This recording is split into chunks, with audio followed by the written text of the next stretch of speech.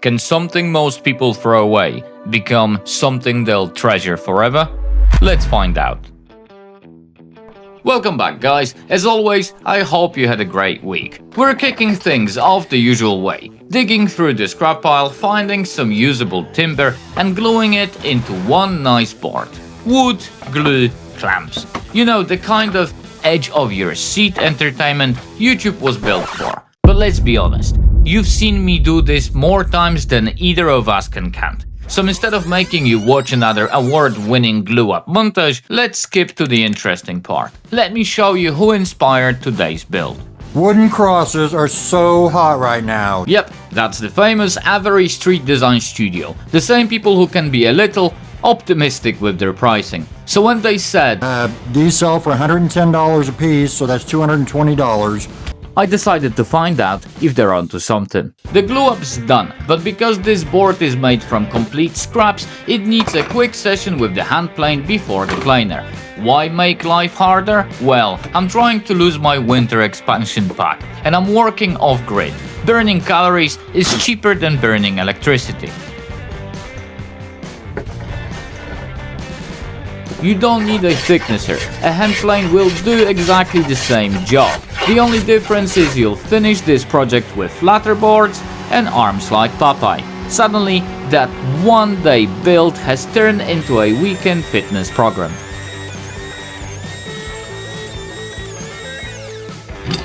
First things first, let's square this board up. It gives me a proper reference to work from, and lets me calculate how many stupid mistakes I can still make before I have to start the whole project again.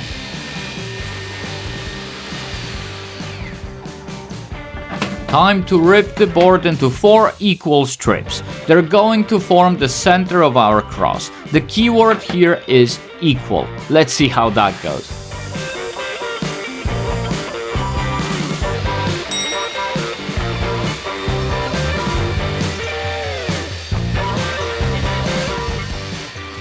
Two strips glued together are way too long, so let's trim them down to a sensible size. Now, you've probably noticed I'm not giving you any measurements. That's for 2 reasons. First, I refuse to underestimate your intelligence. I'm fairly confident you can decide how big you want your cross to be. And second, I'm staying well away from the imperial versus metric civil war. I've read the comments. Apparently choosing between inches and millimeters is more controversial than politics. Let's move on to the cross arms. This glue-up fought me every step of the way. Luckily, I had enough clamps and an extensive vocabulary of words YouTube doesn't let me monetize. If you've already spotted that the arms are too long, congratulations, you're one step ahead of me. Luckily, I'll notice before I start telling everyone this was intentional. Let's get the rest of these pieces cut. I'll keep it quick because I trust you're clever enough to follow along. One thing I would recommend: buy a better table saw than mine. Otherwise, this relaxing woodworking project quickly turns into a full-time anger management course. It's time to switch to the miter saw. It's far more precise than both my table saw and me. These pieces are tiny, so keep your fingers as far from the blade as possible. Trust me, they're much more useful attached to your hands.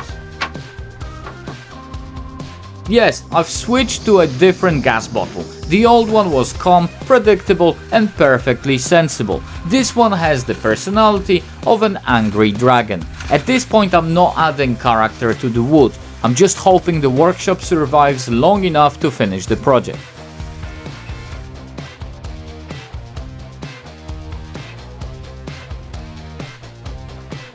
Turns out attaching these little pieces wasn't nearly as simple as I'd imagined. After exhausting both my clamps and my family-friendly vocabulary, I grabbed the brad nailer. Interestingly, Avery Street Design Studio did exactly the same thing, which tells me they probably went through the exact same emotional journey first.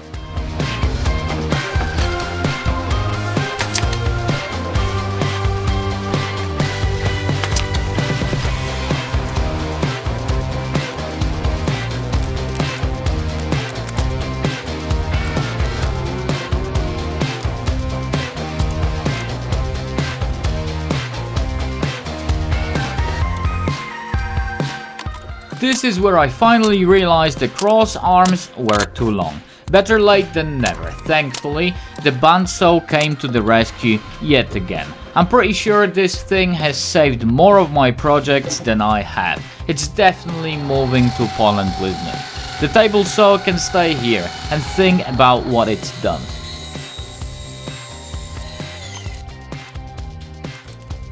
That's all the pieces cut and ready. Now comes the part where I somehow convince them all to stay together.